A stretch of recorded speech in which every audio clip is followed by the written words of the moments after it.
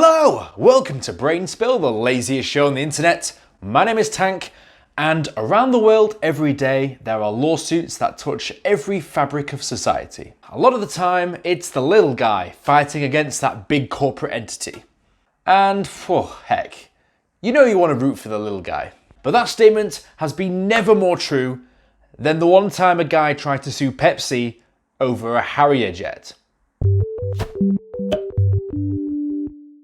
This actually happened, but there are a few things that I do need to explain before we reach that point in the story. On the 28th of March 1995, Pepsi launched a loyalty program called Pepsi Points. This program allowed customers to get Pepsi points upon the purchase of certain Pepsi items, meaning that customers could exchange those tokens for said prizes. Prizes being t-shirts, hats, and other merchandise from their online catalogue. Sounds like a fun idea. And the figures don't lie, because it was reported that this program did really well when it first came out. A very basic breakdown of the program was that a single bottle of Pepsi would equal about 1 point, although different Pepsi products would be worth different amount of points. It was also reported that 12 and 24 packs of the Pepsi products would award points as well, so you can imagine that these would add up pretty quickly. But I think the one thing that most people will probably remember from this program was the television advert that came with the advertising of the Pepsi points. This advert specifically showed how many Pepsi points each item in the catalogue was worth, such as a Pepsi t-shirt, which would be 75 points. I unfortunately do not own a Pepsi t-shirt, so the closest thing I've got is this can of Pepsi, which I'm just gonna hover in front of me there. I also already drank it, so yeah. With consumer demand high and plenty of money to be made by Pepsi, what could have possibly gone wrong? There were other products as well, such as Pepsi hats. There was a Pepsi leather jacket for 1,450 Pepsi points, which was a high value prize, but nothing quite compared to the biggest value item that the advert showed, which was the thing that caused all the controversy in the first place. At the end of the advert itself, there is a kid that buys a Harrier Jump Jet, yes, a real Harrier Jump Jet, for 7 million Pepsi points. If you don't believe me, I'm going to leave a link to this video in the description so you can have a look there yourself. Anyway, the important thing about this was the fact that the Pepsi company probably thought, 7 million points, no one is ever going to get that. So yeah, they released their advert, they advertised all this cool stuff, and threw in a nice joke at the end, thinking that no one would ever actually get 7 million Pepsi points. Well, as you can tell where this is probably going, there was a big, massive flaw in their system, which you would have thought someone would have picked up on this, but here we are. So the problem arises in a scheme they released where if somebody has 15 Pepsi points, that person was allowed to purchase additional Pepsi points at 10 cents per point. The intended mechanic of this was likely for people who wanted something from the catalogue, who didn't have enough Pepsi points, who could effectively just top up their purchase and pay a little bit of extra money to get what they wanted. That all sounds good on paper, but in reality, you have some cheeky buggers who are going to take full advantage of that system, including when there's an item on the catalogue that's worth 7 million points. That's what John D.R. Leonard thought when he saw the advert showing off the Harrier Jump Jet. And he thought, well, if you can purchase the points, can I just buy a Harrier Jump Jet instead? Now, my extensive research shows that back in 1995, a Harrier Jump Jet would have put you back about $3.8 million. Give or take a little bit, but that's the general figure that something like that was worth at the time. This jet is worth $3.8 million. The Pepsi points, each point is worth 10 cents, so having 7 million Pepsi points works out as a pretty incredible discount. In the following year, Leonard sent off his 15 Pepsi points, enclosed with a check for the remaining amount of money for what he owed for his remaining Pepsi points. Leonard, you're about to get your very own branded Pepsi jet. That would be pretty damn sweet. Yes, you go Leonard, you get yourself that Harrier Jump Jet. Of course, this included a $10 shipping fee, so he's got to pay a little bit something extra on top. Which is fair enough, because I suppose shipping a Harrier Jump Jet is probably going to have a bit of expense to it, so may as well pay something towards it, I guess. Pepsi responded soon after, returning his check and Pepsi points with the following letter enclosed. The Harrier Jet in the Pepsi commercial is simply included to create a humorous and entertaining ad. We apologise for any misunderstanding or confusion that you may have experienced and are enclosing some free product coupons for your use. The Pepsi spokesman John Harris said the following: "If we had to put disclaimers on spots that are obviously farces, where does it end?" Well, funny thing about the advert, there was no disclaimer.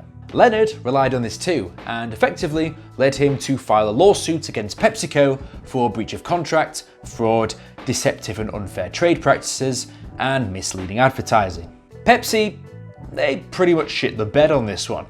Leonard's legal representatives sent a letter of response which said the following: "Your letter of May 7th, 1966 is totally unacceptable. This is a formal demand that you honour your commitments and make immediate arrangements to transfer the new Harrier Jet to our client. If we do not receive the transfer instructions within 10 business days of the date of this letter, you will leave us no choice but to file an appropriate action against Pepsi." So yeah, this went to court.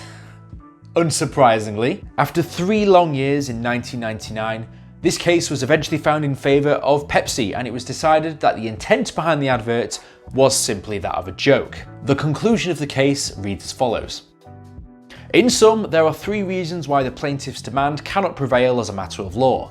First, the commercial was merely an advertisement, not a unilateral offer. Second, the tongue-in-cheek attitude of the commercial would not cause a reasonable person to conclude that a soft drink company would be giving away fighter planes as part of a promotion. Third, there is no writing between the parties sufficient to satisfy the statute of frauds. For the reasons stated above, the court grants the defendant's motion for summary judgment. The clerk of the court is instructed to close the case. Any pending motions are moot."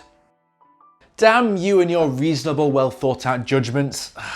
Now, I'm no expert of US advertising laws, but it does seem like there are a lot of factors here which would constitute an offer of service. And honestly, a lot of people at the time were in support of Leonard in his case. And really, that's what Leonard's legal team argued in the case as well. They argued that a federal judge was incapable of deciding a matter of this magnitude, and instead argued that this matter should be decided by people of the Pepsi generation. Therefore, to people whom the advertisement was originally made for. The difference here is that advertisements in law are not often the same as a formal offer to be accepted. Advertisements of goods by display, sign, handbill, newspaper, radio or television are not ordinarily intended or understood as offers to sell. The same is true of catalogues, price lists and circulars, even though the terms of suggested bargains may be stated in some detail. It is of course possible to make an offer by an advertisement directed to the general public, but there must ordinarily be some language of commitment or some invitation to take action without further communication. Now, what this means is that not all adverts will get you off the hook. In the present case about the Pepsi Harrier Jump Jet, the judgment even says the following: "In the present case, the Harrier Jet commercial did not direct that anyone who appeared at Pepsi headquarters with 7 million Pepsi points on the 4th of July would receive a Harrier Jet. Instead, the commercial urged consumers to accumulate Pepsi points and to refer to the catalogue to determine how they could redeem their Pepsi points. The commercial sought a reciprocal response, expressed through the acceptance of and compliance with the terms of the order form." And guess what? There was no jet highlighted in the catalogue or the order form. Therefore, the actual agreement would only be formed once the check was received and accepted by Pepsi. Neither of which happened because the jet was not on the order form itself. Therefore, not accepting that there was any contract to begin with. Please don't take this on board as legal advice, this is just what I've read. So be warned, okay?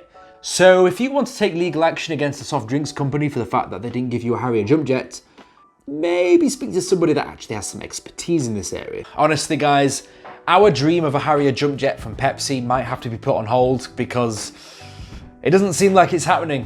If we start with a small biplane, we'll work our way up and we'll get there eventually. Don't you worry about a thing. Now, you may be asking, in the event that Leonard miraculously actually won his case against Pepsi, could Pepsi have even actually given him a jet in the first place? A pretty amazing quote was surfaced which said the following: "In light of the Harrier jet's well-documented function in attacking and destroying surface and air targets, armed reconnaissance and air indirection, and defensive anti-aircraft warfare, depiction of such a jet as a way to get to school in the morning is clearly not serious, even if, as the plaintiff contends, the jet is capable of being acquired in a form that eliminates its potential for military use." In Leonard's argument, he said that if the jet was modified to remove any military capabilities, then it would be more likely that Pepsi could provide the jet to him. Ultimately, this argument was shot down. These jokes are just on fire. The White House themselves admitted that a Harrier Jump Jet would never be sold to the public unless it was demilitarized. And by this definition, that means it removes the ability for a Harrier Jump Jet to take off and land vertically, which pretty much defeats the point of having the Harrier Jump Jet. Although Pepsi were pretty much in the clear at this point, but just to be absolutely sure and to drive the point home, the advertisement itself was changed from 7 million to 700 million Pepsi points, on the basis that Leonard had won his legal claim and Pepsi had given him a Harrier Jump Jet. He was 21 at the time, so the likelihood that he actually knew how to fly it would be very, very slim. So, you've got the cost of lessons to fly the jet, you've got the astronomical general maintenance costs, and the fuel alone would probably bankrupt you. Even if you had one, this man was $7 million in the hole, and really, he probably wouldn't be able to afford to fly his jet in the first place. However, it was reported that people had privately funded this to go ahead, which probably explains the reasoning as to why the claim was put forward in the first place. Very likely the end goal not actually being Leonard getting his jet, but more so seeking settlement from Pepsi so they could make a lot of money. But that's just one man's opinion. Nice try though. If you like the video, be sure to like and subscribe. If you want to be notified as soon as I upload my next video, be sure to hit that bell button. And if you have any ideas as to videos you'd like me to discuss next, let me know down in the comments below. Right, well I'm going to start saving my very own Pepsi points, so I can get myself my very own Pepsi leather jacket. And I'll see you guys in the next video. Fantastic.